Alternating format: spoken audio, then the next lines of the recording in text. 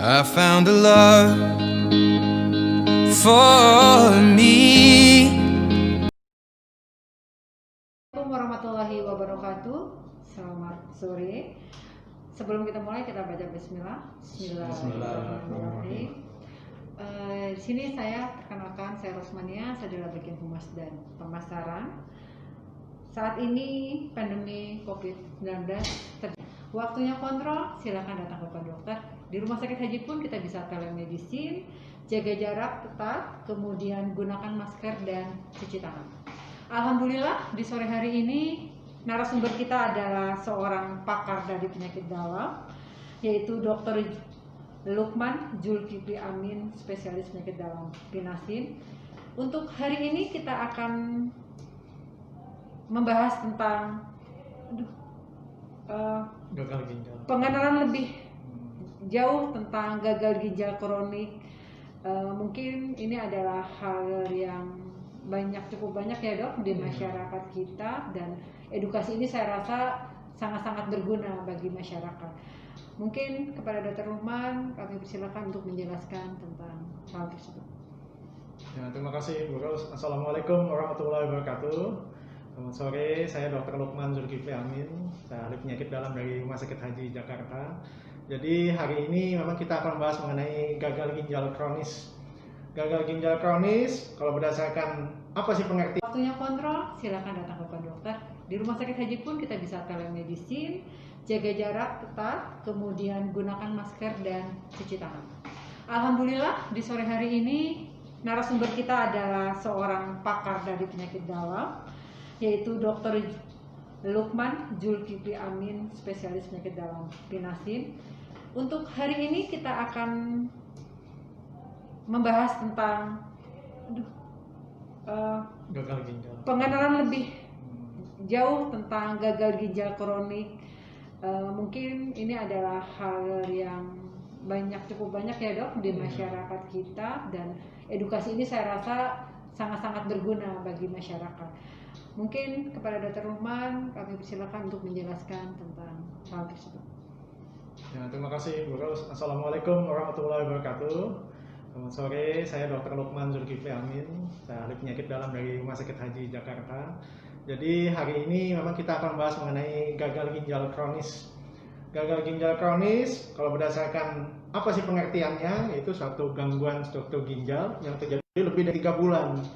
Bisa dengan atau tanpa disertai penurunan laju filtrasi glomerulus. Nah ini memang bahasanya agak berat nih, tapi intinya kalau dia disertai dari namanya si kreatinin yang dihitung berdasarkan kalkulator ginjal, maka ini sudah bisa dianggap sebagai penyakit ginjal kronis. Begitu Bu Ros.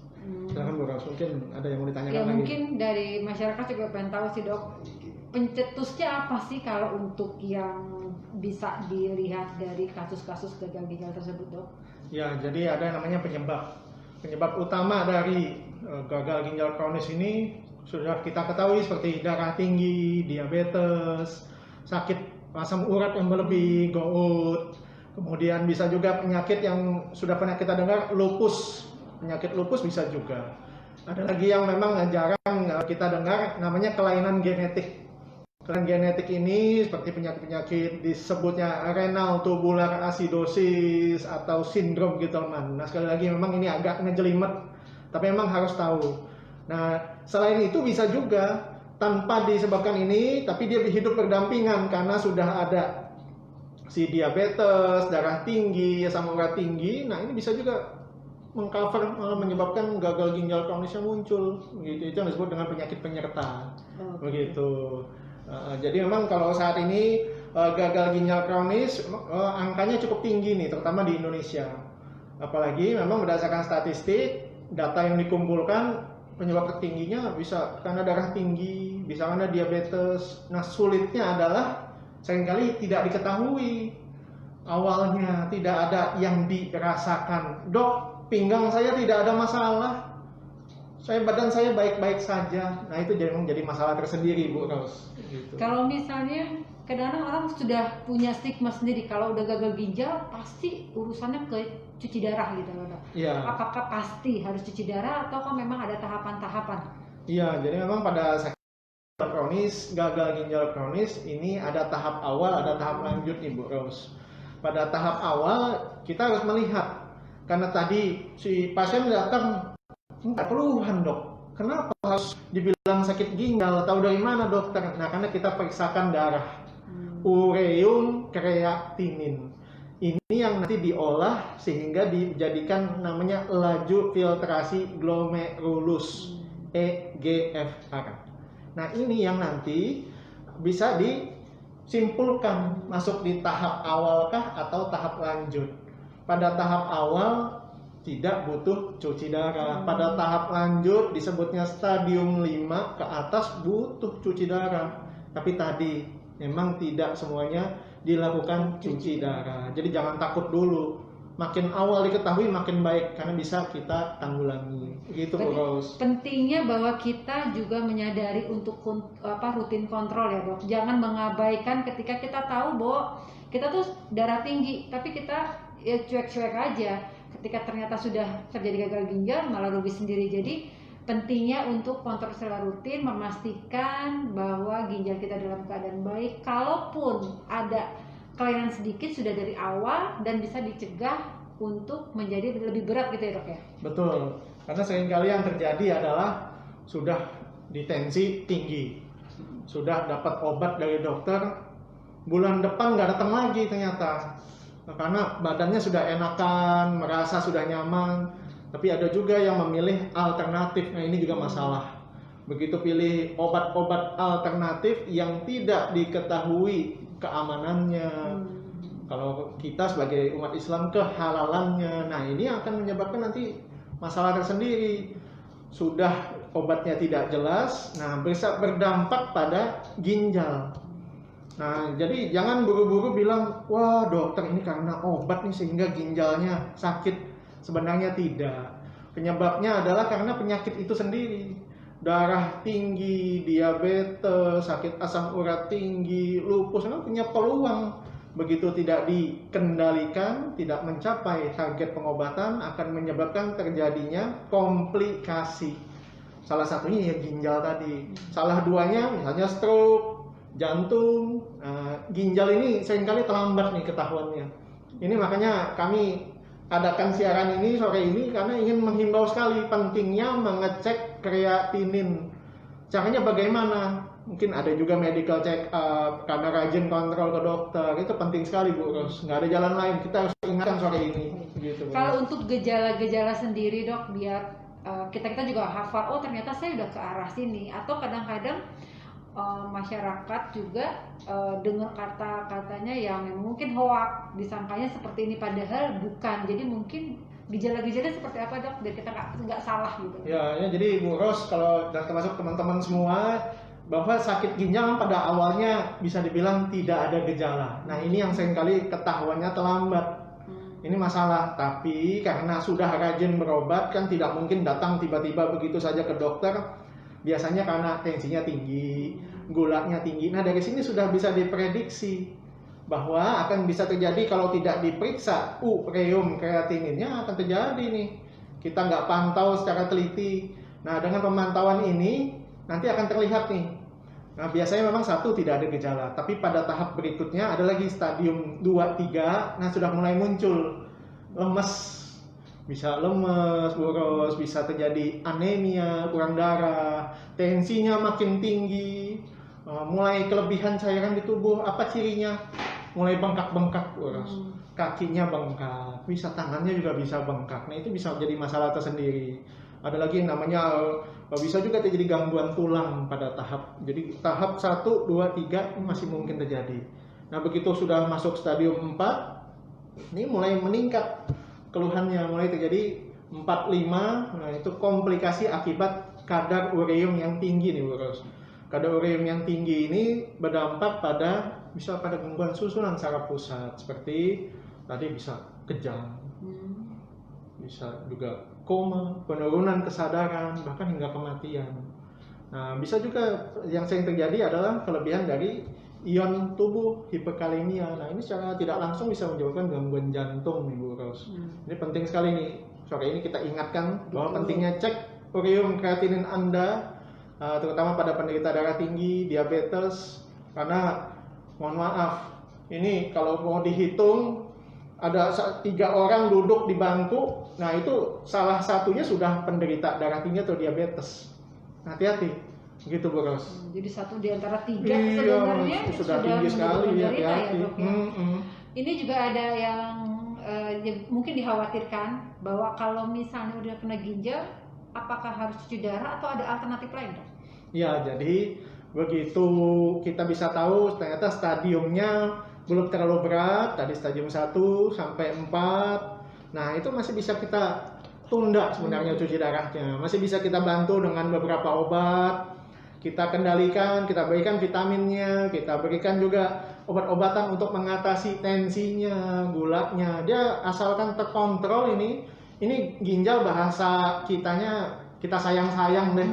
Yang sudah tersisa, karena memang Allah ciptakan satu-satunya sel di dalam badan yang tidak akan bisa regenerasi sel ginjal. Ya, jadi begitu nanti pada saat kita dapat dokter, oh ternyata data kreatinin 30 dari hitungan kalkulator ginjal 36, dia satuannya Bu Ros cc per menit per 1,73 meter kuadrat. Nah, itu untuk menunjukkan bahwa kekuatan dari ginjal. Nah, bahasa sederhananya misalnya kita dapat 36%, berarti ini sudah masuk sekitar stadium 3 nih Bu Ros. Nah, stadium 3 ini belum butuh cuci darah. Jadi tidak semua cuci darah, tapi kita kendalikan tensinya, gulanya, obatnya kita berikan. Jangan lupa rajin kontrol. Jadi walaupun kondisi wabah begini, kalau sudah pakai masker, yang sudah rajin berobat sebaiknya jangan ditunda. Rajin harusnya datang, karena kita mau tunda masalah ginjalnya. Begitu Bu Ros. Kalau untuk makanan ada nggak sih dok yang memang harus diantisipasi? Iya, jadi kalau untuk makanan memang ini yang kita sebut tadi rendah protein. Nah, untuk makanan ada namanya karbohidrat kompleks, itu kita kurangi seperti nasi. Nah, itu kita kurangi, jangan terlalu banyak. Protein daging-dagingan jangan terlalu sering. Bukannya nggak boleh ya, ada juga yang bilang, Pak dokter, jadi semua nggak boleh, saya makan apa? Nah, itu terlalu berlebihan, kurang baik juga. Sebenarnya dibatasi, yang tadinya 7 hari ketemu 7 kali, berarti jadi dibatasi 2 atau 3 kali. Kemudian ada lagi, karena dokternya sudah periksakan kalium, nah bisa kalau kaliumnya tinggi atau hiperkalemia, maka ada makanan tertentu yang harus dihindari, seperti bayam, buncis, kemudian buah-buahan apel, alpukat, pisang, karena dia punya kadar kaliumnya tinggi Bu Ros. Malah nanti memicu, sedangkan secara alamiah ginjalnya sudah terganggu. Nah, jadi makanan-makanan tersebut yang harus kita batasi ya, bukan di stop, bukan malah nanti bilang nyalahin dokternya, jangan begitu. Gitu, Bu Ros. Mungkin kalau misalnya perlu untuk tahu, setiap orang kan berbeda ya dok ya, porsi makannya seharus seperti apa. Mungkin lebih baik juga konsultasi ke ahli gizi, karena setiap orang berbeda, jadi menunya pun sesuai dengan kebutuhan pasien itu sendiri mungkin ya. Iya betul bro, setuju sekali, karena kita kan di rumah sakit haji lengkap, ada dokter spesialis gizinya, ada ahli gizinya. Jadi kita akan namanya kolaborasi, kita ngobrol dengan semakin banyak kita dapat masukan, terutama bagi pasien-pasien yang sakit ginjal, darah tinggi, diabetes. Pertanyaannya kan selalu sama, makannya apa sih dok? Nggak ditanya tapi udah dimakan, kadang-kadang begitu juga sih. Ya silakan. Jadi sebenarnya untuk masalah pasien yang sudah terkena ginjal adalah yang tadi dok katakan, disiplin memang harus kuat sekali ya dok. Kemudian hidup sehat, kemudian jangan lupa juga cek kesehatan secara rutin. Jangan sampai terlewat, ternyata gara-gara tidak rutin kontrol yang tadinya harusnya seimbang dan terkontrol oleh obat-obatan, akhirnya jatuh kepada lebih gawat lagi seperti itu ya. Iya betul. Mungkin ada yang ingin disampaikan tipsnya saja dok untuk jadi memang pada pengobatan rutin, kalau sudah berobat rutin ada baiknya tetap kontrol. Seringkali pada pasien-pasien yang datang ke rumah sakit haji, nah kita berikan target pengobatan. Jadi kita harus ingat kalau pada pasien diabetes itu gula darah puasanya harus 100, gula darah setelah makannya 2 jam itu 140. Kemudian untuk tekanan darah memang pada yang usia muda kita harapkan 120/80. Tapi kalau sudah lanjut usia 60 ke atas, memang nggak bisa terlalu dipaksakan 130 ke 80. Nah, untuk HbA1c pada pasien diabetes kita harapkan angkanya 7. Untuk kolesterol terkontrolnya itu kolesterol total di bawah 200, LDL di bawah 100, HDL-nya 50-an, LDL-nya tadi di bawah 100, trigliseridanya di bawah 150. Jadi semuanya harus tercapai. Kalau tidak memang ginjal yang keteteran. Ginjal ini memang tadi saya sampaikan, dok tidak ada keluhan apa-apa selama ini. Nah itu memang masalah tersendiri. Sehingga pentingnya diperiksakan namanya ureum kreatinin. Ini memang bukan sesuatu yang rutin ditemukan di klinik-klinik. Memang harus dikonsultasikan dengan dokter penyakit dalam. Yang berikutnya minum cukup. Bisa 1,5 sampai 2 liter sehari. Artinya bisa sampai 8 gelas yang sekitar 200 cc. Kemudian jangan lupa tetap hindari obat-obat yang tadi disampaikan, obat-obat beli sendiri yang tidak jelas keamanannya, tidak jelas kehalalannya, karena itu ternyata penyebab juga dari sakit ginjal. Dan dengan mempertahankan gula darah, tensi, insya Allah mudah-mudahan terhindar dari yang namanya sakit ginjal. Tapi kalaupun sakit ginjal tidak jatuh ke cuci darah. Begitu Bu Kamus. Alhamdulillah luar biasa Bapak Ibu, hari ini kita mendapatkan materi yang sangat-sangat bermanfaat ya dok. Bagi yang sudah terkena mungkin ini jadinya mengingatkan kembali untuk disiplin. Bagi yang memang alhamdulillah sehat harus dijaga kesehatannya agar tidak terjadi gagal ginjal ya dok. Betul. Bapak Ibu mungkin juga kami mengingatkan bahwa Dokter Lukman ini praktek di Rumah Sakit Haji tiap hari itu dari jam 14 sampai dengan jam 18. Selain bisa datang ke Rumah Sakit Haji, kami juga Dr. Lukman juga bisa dengan telemedicine, bisa mendapatkan informasi nanti ke telepon ke Rumah Sakit Haji ke pesawat 5157. Nanti untuk mendaftar, untuk caranya nanti di IG kami pun akan kami sampaikan tahapan-tahapan apa yang memang harus didapatkan, bagaimana caranya agar bisa langsung berbincang-bincang ataupun konsultasi dengan Dr. Lukman.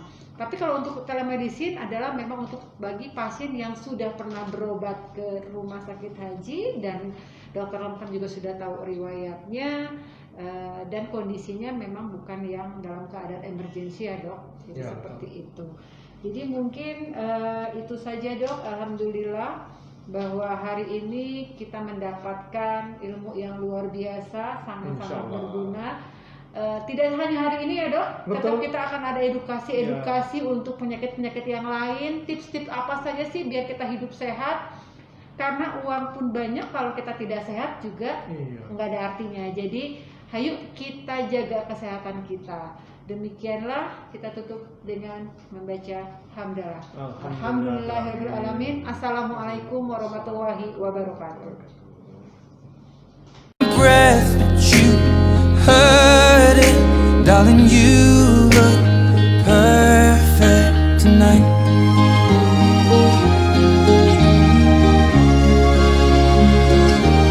Well, I found a woman stronger than anyone I know. She shares my dreams. I hope that someday I'll share her home. I found a love to carry more than just my secrets, to carry love, to carry children of our own.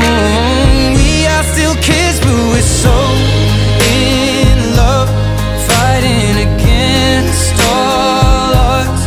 I know we'll be alright this time.